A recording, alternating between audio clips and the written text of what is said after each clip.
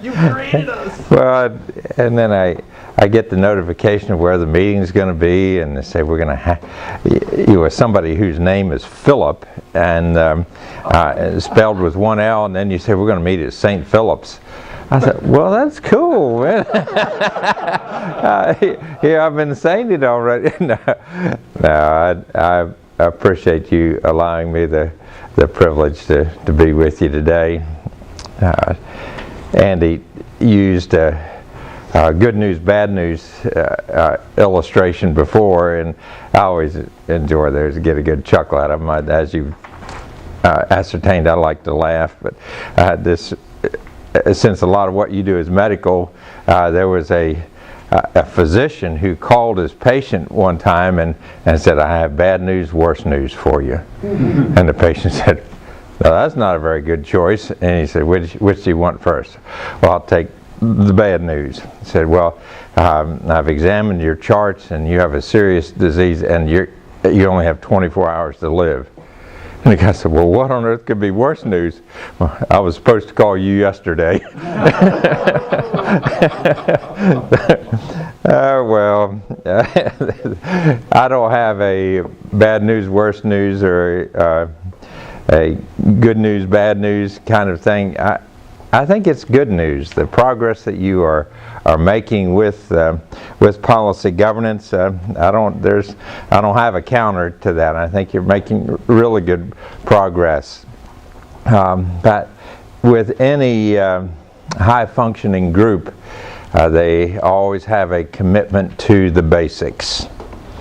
And I'm not really a sports-oriented person, but who was it, Bear Bryant, that would begin every season of football with holding up a football to his NFL team saying, this is a football. So it's good to get to the, go back to the basics.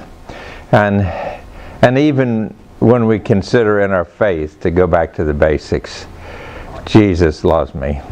This I know, for the Bible tells me so. There's just something enriching about the basics of what we believe, why we're here, what are we here to do, and how do we go about doing that. Now, I had the privilege of training aboard in Cote d'Ivoire. I was training aboard in the Ivory Coast, and at the end of the time, the board chair was expressing thanks for the training, but he said a phrase that was very picturesque, in that he said, Dr. Graybill, you have taught us to dance on the other foot.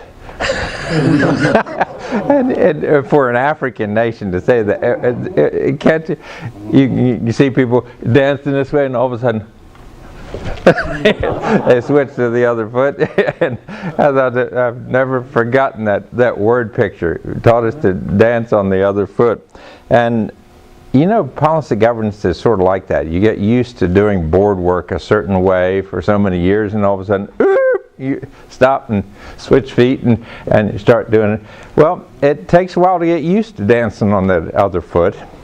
So let's talk about some dance techniques and some of what it means to dance well, on the other foot. This will be a refresher for most of you. How many have not been through a specific session of training on policy governance before? Can I see your hand? You've not been to? Okay. You have the first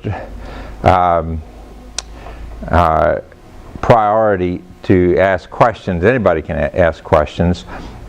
But you all, I'm going to gear this to you that have not heard any of this before, and the others are free to pipe in and say, what he means by that is this, because I suppose I do have a good news, bad news. The good news is I love Christian ministries. I am a Presbyterian, used to be a Baptist, so I am a Presbyterian, and I love to see God at work around the world. The bad news is I'm not St. Philip, and I don't walk on water, so I may not always communicate something in a way that's clear to you. So you feel free to say something like, Phil, that didn't make sense. Can you run that through again? Okay. Or ask a question. I promise not to be offended by questions or challenges to what we're dealing with here. So just, in other words, this is a safe place to say what's really on your mind and heart about this. But let's get it out. Let's talk about it. Okay. So let's talk about dancing on the other foot. You might consider the question, well, if we dance on this foot, well, what had it been on the other foot? Well, in essence, and I've been a full-time governance consultant now for, over 17 years. Wow. And did part-time 3 years before that. So a couple of decades you're at this, and even though there are a lot of governance variations out there, it really boils down to, and this is my opinion as a student of governance, it really boils down to two options for governance, 2 feet. You dance on one foot or the other foot. One foot is, of course, policy governance. It was a system designed from beginning to end, coherently designed. Dr. Carver, who designed it, said he took the approach of a blank sheet of paper. He'd been thinking about governance, took out a blank sheet of paper and started right from the beginning to say, how should a good system of governance fit together? So all the components grew out of that blank sheet of paper. The other option, and I don't mean this in a pejorative sense, but the other option is what I, just for communication purposes, call buffet governance. Where you go to the buffet of best practices and you pick and choose, well, I'll have a little bit of this, oh, I like that, I'll take that, and then you fill up your plate with various best practices in the governance world, and you use those. I like these things, but what's the challenge with buffet governance? Oh, it changes. It changes. Yeah, well, he may have gotten a totally different. Chances are, well, let's put it out. When I go to a buffet, I get one thing. When my wife goes to a buffet, she gets all these vegetables and stuff, and I fill mine all up with meat. Well, we get totally different things, even with people that love each other, at a buffet. Or sometimes it depends on who shows up at the meeting, depending on what best practices you use at that point. So, while amazingly enough, because of God's grace, there are a lot of boards using buffet governance that get things done. Now, my investment and my calling is to help Christian ministries throughout the world use a good, coherent system of governance to get things done even better for the glory of God through good governance. So buffet governance or policy governance seem to be the feet of choice that you've chosen to dance on the other foot. So let's talk about what's involved in this style of governance. I am going to, in case some of you, I'm not going to go through the full slide presentation that we did initially back in 2014. Can you believe it? It was that many years ago. 2014, we had a slide deck that took us several hours to go through. I only have, I think, 14 slides on this today, since our time is shorter. So, why do you have boards? It's not a bad question to consider. Yeah, when you come to a board meeting, you probably ought to have a good picture in your mind of why you're here. Okay, and that was that bird trying to attack us out there? Oh, I want to hear. I want to hear. So this is a question that sometimes CEOs ask themselves as well. Why do we have? Yeah, And by the way, I had a fellow say one time who wrote a book on this topic. He said the single most vital ingredient to proper life management is purpose. Well, that is true throughout a board meeting as well. And I'm going to give you one little decades of working with boards. There's a very, very, very practical technique that I would encourage you to adopt just as soon as you can. And that is, at the beginning of every agenda item on your board meeting, have the person who is presenting that clarify, before they start into any presentation, clarify what the expectation is after they finish. In other words, I'm going to give you this presentation. At the end of this presentation, you'll be asked to vote on this particular statement. Okay, and here's the wording of it, so you have it in advance. Or at the end of this presentation, you won't need to do anything other than be aware of that. This is to inform you as your wisdom as a board member. This is an FYI thing just for you to know. At the end of this presentation, I'm not going to ask you to make a decision about this. In fact, it will be on our next meeting agenda. At that point, you'll be asked to decide on it. Between now and then, you ought to pray and think and do research. Or at the end of this presentation, I'll be asking you to take off your governance hat, your board hat, and put on your volunteer hat and sign up to go with me, or to go with Mark, or to go with Patrick or Ron on a certain project somewhere around the world as a volunteer. Not as a not as a board member, but as a volunteer who loves Jesus and the mission of this. So you see the different options? Identify those options first, then you go into that. And I'll get your comment here in just a second, Dale. What happens if you don't identify in advance what you are wanting them to do? And this is not just something for Andy. This is anybody making a presentation to the board. Tell them in advance what you want. What happens if you don't do that? We each have our own purposes, so therefore we'll address whatever we feel is necessary to say. Whether that was the intent of the whether that was the intent of the presenter or not. And everybody has their own perception or what's in focus that's in their mind, and so they're going to be interpreting that through their grid. And the person might get frustrated. Well, that's off track. That's not really what I intended. Well, yeah, that's it. And you're going to be asking the question all through that agenda item. Well, what are we supposed to do? So then you're not paying attention. Yeah. So you're distracted. All right, Dale, go ahead. I promise I'm not being at all the intent of this session.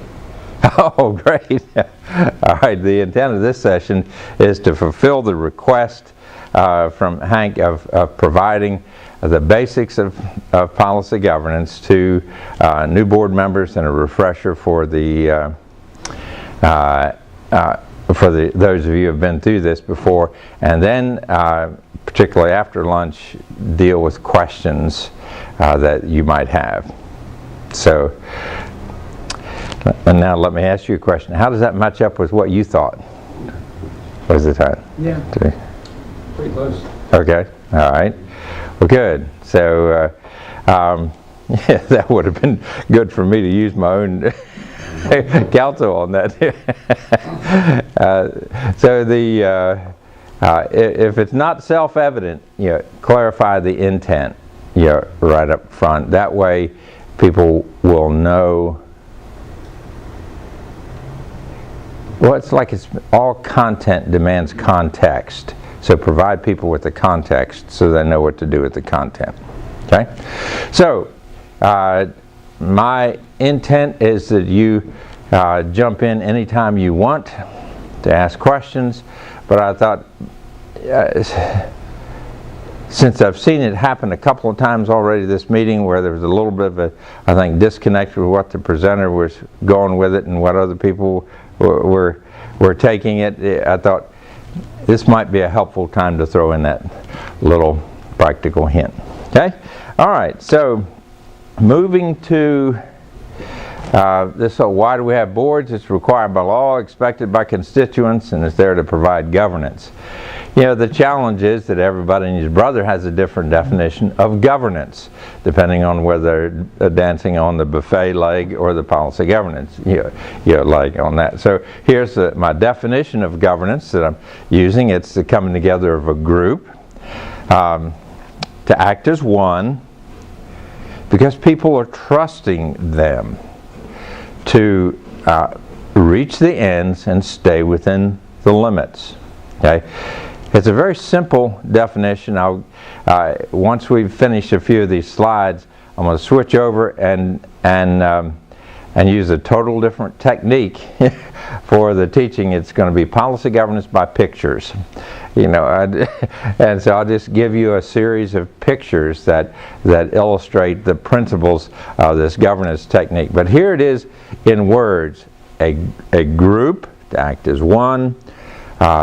Because people are trusting you to guide it toward the accomplishment of certain ends and stay within certain boundaries. It just does my heart good when I come into a room and I see an organization's ends front and center on a chart. Yeah, that's great. I mean, that's what we're here to do. That's how God has said, has led you to change the world, to make a difference. You keep that focused.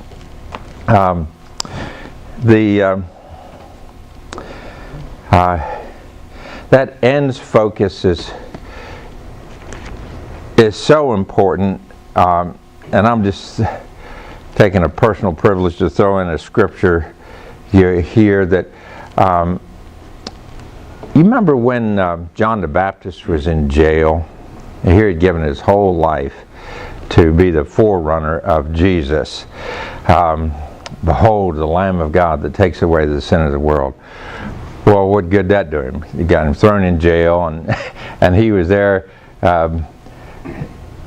as I would have probably been doing as well. I said, did I just waste my life? You know. Things are not looking good. Yeah, I mean, they're talking about cutting my head off. Have I just thrown my life away?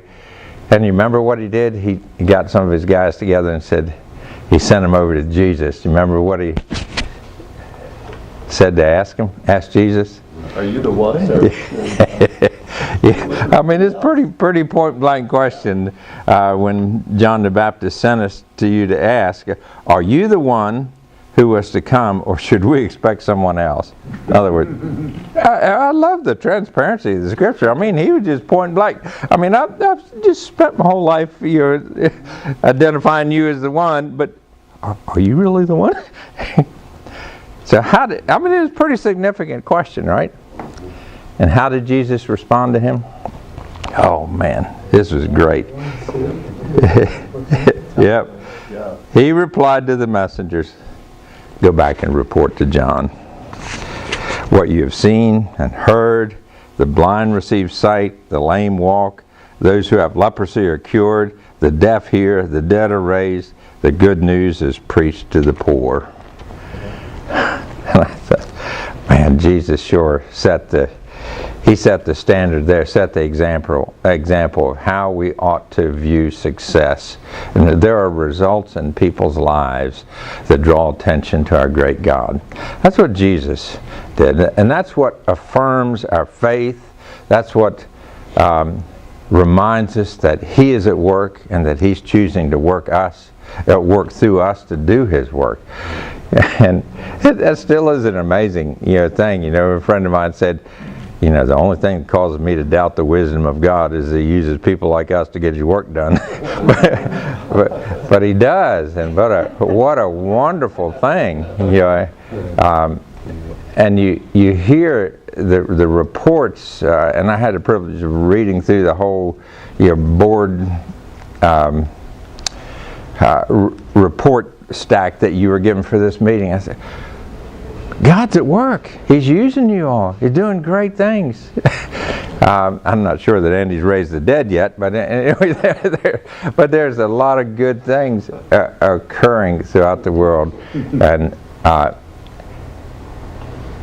and you focus on what are those results. Policy governance is a governance technique that's designed to focus on, did we accomplish the ends, and are we staying within the boundaries of accountability to get that done?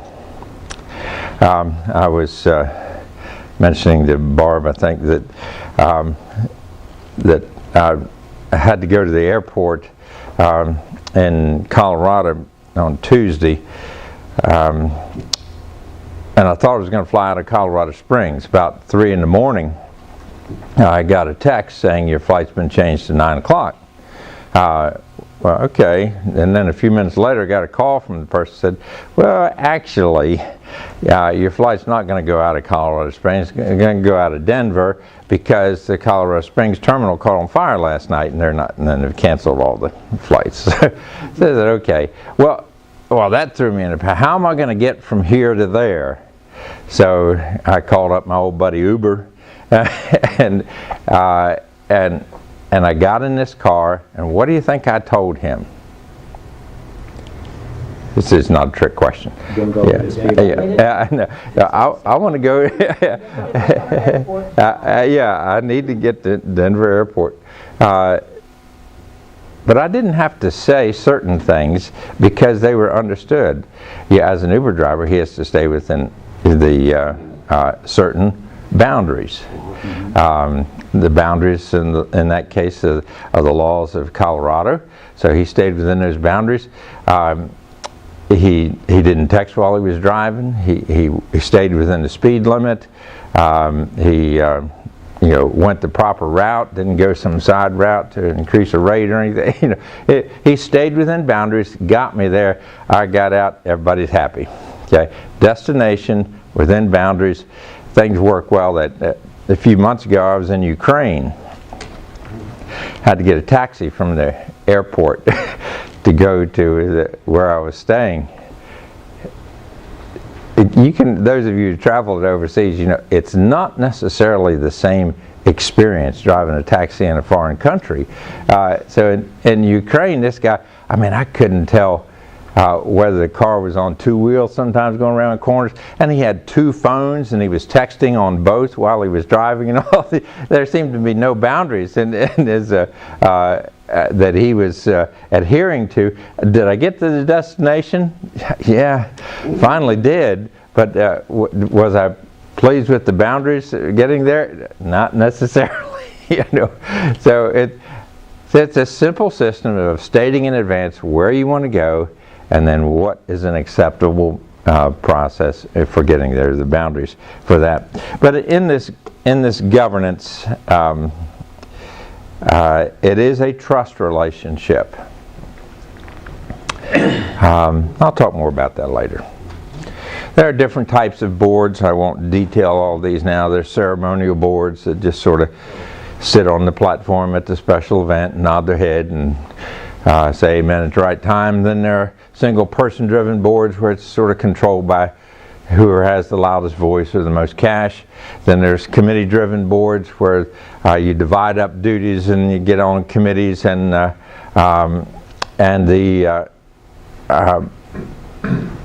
work of the ministry gets done through those committees. Now, those of you who have already been through the training, what is the key principle regarding the board's establishment of committees in policy governance? Again, no trick questions. These are all point blank. When the board establishes a committee, what's the most important question you have to ask yourself regarding that committee? What's its purpose? Yeah, it's sort of a theme on this, isn't it? What's its purpose? Who's it working for? Is it working for the board or the CEO? Yeah, okay. And that's exactly it. The board establishes committees to do board work, never to do staff work.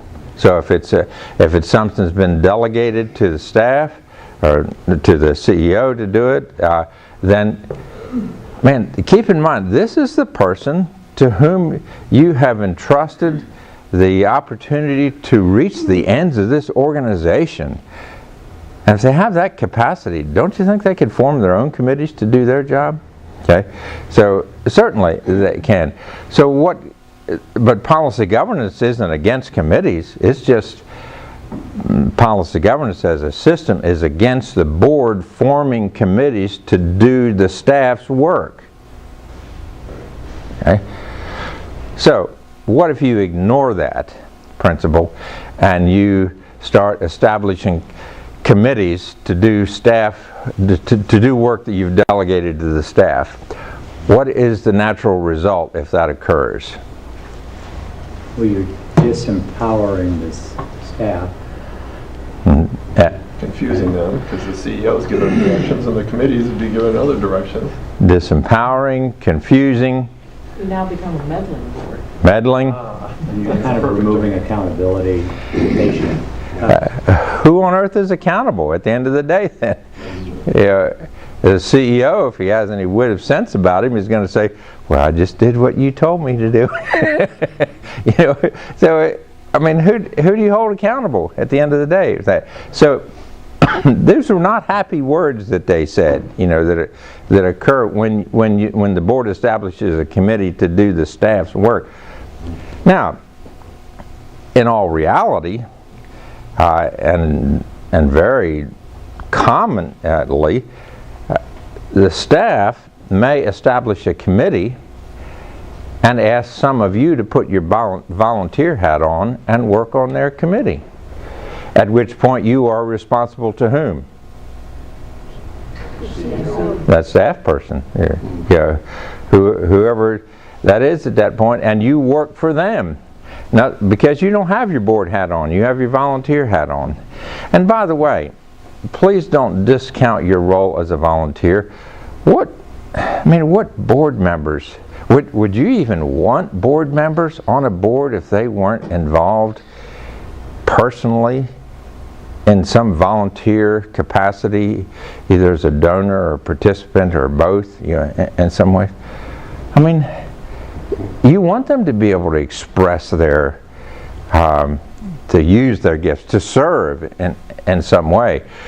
What you have to be careful to keep in mind the whole time is that your service looks different as a volunteer than it does as a board member. Okay? You only serve as a board member when you're in the boardroom dealing with your work. Outside of the boardroom, you're a volunteer to assist with actually no authority more than any volunteer, you know, that works in the organization. So the hat trick, very important. Do not discount the value of serving as a volunteer. So you remember I just mentioned a little while ago that when you make a presentation to the board, identify those ways that board members can then serve as volunteers. Okay, how may we serve as a volunteer is a different question from how may we direct or control in the governance capacity or as a board member capacity. Two different questions, two different roles. Stop me if you need me to address anything else along the way. So you have committee-driven management review, whereas like I mentioned before, it sounds real classy if you say it with a British accent. We're a management review board, you know, and it sounds like that ought to be important. But this is what a lot of boards do. They just look at what the management did since the last time we met and say, yeah, that happened, let's approve that. Okay? There's not 1 ounce of leadership in merely approving the past. So there's a reason that the windshield on a car is bigger than the rearview mirror, because you are intended to be moving forward into the future. So this strategic thinking is an integral part of what the board does. So you move forward. Now, do you knock your rearview mirror off and throw it away? No, you need that. There are times when you better look in that rearview mirror, and you need that. It's very valuable, but it's only one direction. complaint driven, you know what that means. Meddling, rubber stamping, advisory. This one gets a little tricky. Advisory board. Is this an advisory board or a governing board? Governing. It's a governing board, okay? Now, does that mean you can never advise the CEO? No, it doesn't. But be very careful that you identify which hat you're wearing at that point. And in fact, if sometimes boards have difficulty with this, if at one minute they are giving a directive as a governing board, next minute they're advising the CEO, and they haven't switched gears in their mind. So advice, if it's truly advice, you can refuse it without consequence, right? But what if during the last board meeting you advised him to do something, he did something different, and you said, well, we told you to do this, why are you doing that? Well, I thought that was advice.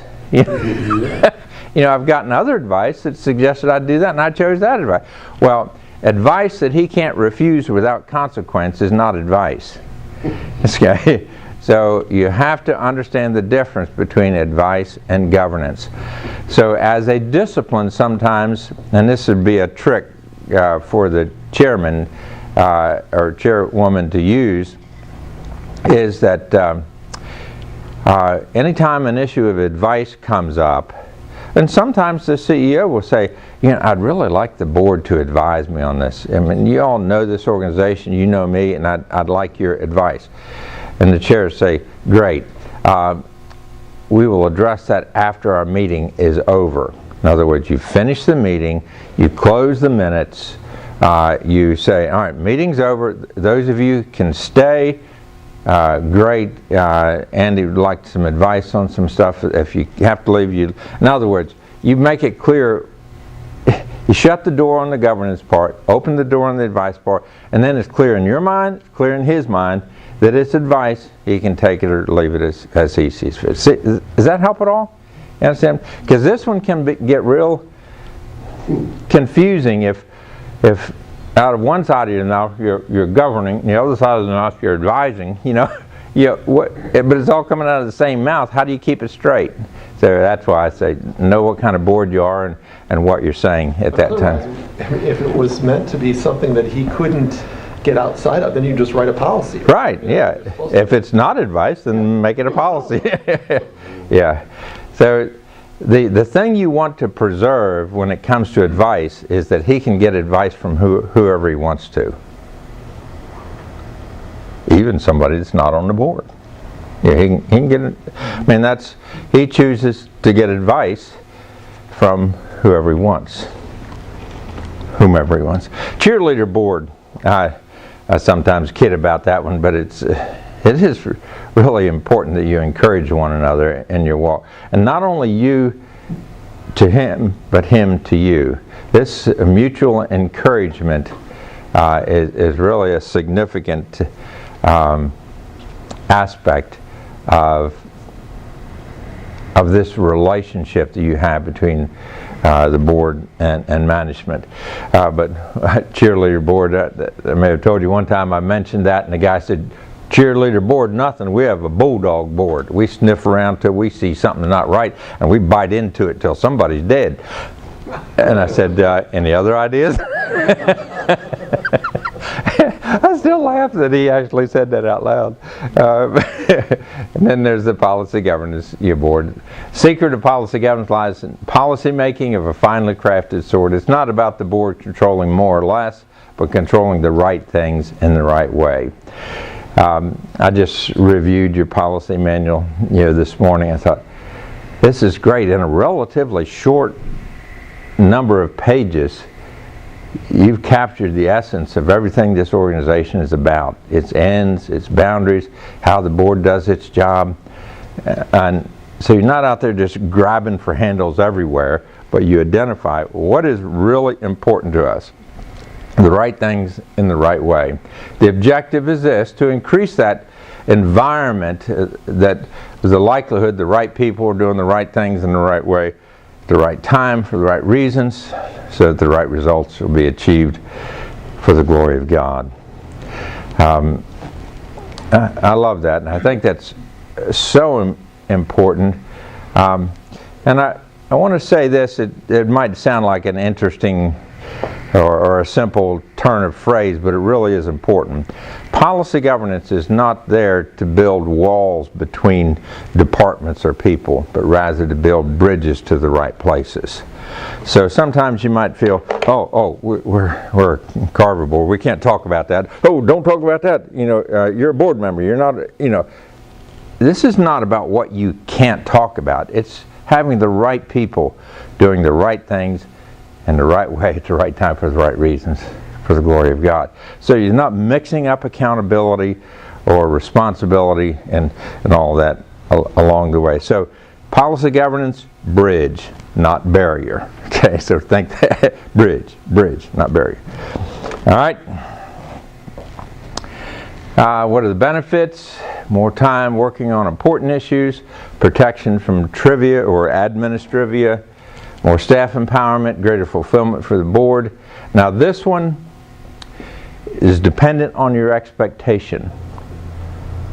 Okay, because to be fulfilled as a governor might look different than what fulfillment would look as a volunteer.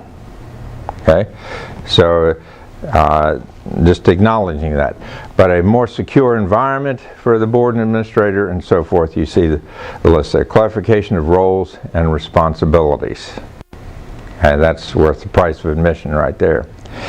The board's job is one thing, the management's job is another thing, but it's designed so they fit well together in an integrated fashion. By the way, back on here, if you had to pick maybe one of these or a couple of them that you thought, have any of these been a result of your decision to move to policy governance?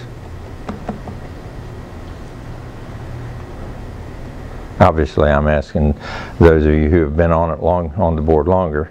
Have you seen any of those come true, or is there any other benefit that you would want to identify?